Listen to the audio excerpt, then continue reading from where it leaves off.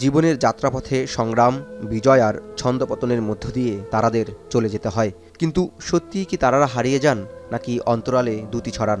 বাংলা চলচ্চিত্রের ক্যানভাস থেকে মুছে গেল আরেকটি নক্ষত্র। তিনি দস্যু বনহুর খ্যাত অঞ্জনা রহমান।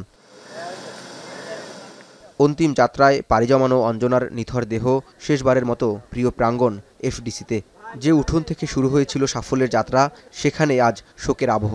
সহযোদ্ধাদের মানসপটে যেন বারবার ভাসছে অঞ্জনার রেখে যাওয়া স্মৃতি। শাবানা আপু থেকে আরম্ভ করে বা শাবনাম সিনিয়র শাবনাম আপু থেকে আরম্ভ করে উনি একজন সাধারণ আদনান ছোট জুনিয়র শিল্পীর সাথে একই আচরণ করতেন। সবসময় একটা হাসি দিয়ে কথা বলতেন। এটা আসলে আমার কাছে মনে হয়েছে এরকম একটা বড় শিল্পী, একজন উঁচু মাপের শিল্পী, অভিনয় শিল্পী, তিনি এত সুন্দর করে একটা ব্যবহার করেন, এটাই আসলে আমার মনে গেঁথে আছে।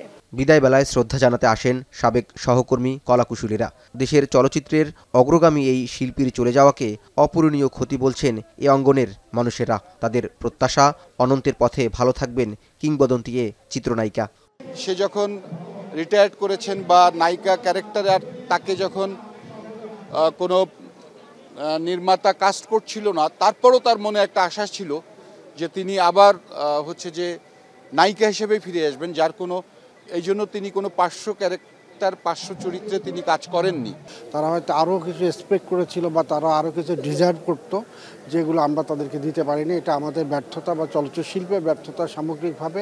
ওনাকে দেখার পর আমার মনে হয়েছে যে মানুষ কি করে এত সুন্দর হয়, এত সুন্দর মানুষ কি করে হয়। আমার কাছে মনে হয় না ওকে মানুষ মনে হয় না, এত পরীর মতো একটা মানে ডল ছিল আসলে। তো সেই মানুষটা সারাটা জীবনই চলচ্চিত্রে থেকেছে, চলচ্চিত্রতে জন্য কথা বলেছে। বাংলা ছাড়াও ১৩টি ভাষার সিনেমায় অভিনয় করেছেন অঞ্জনা।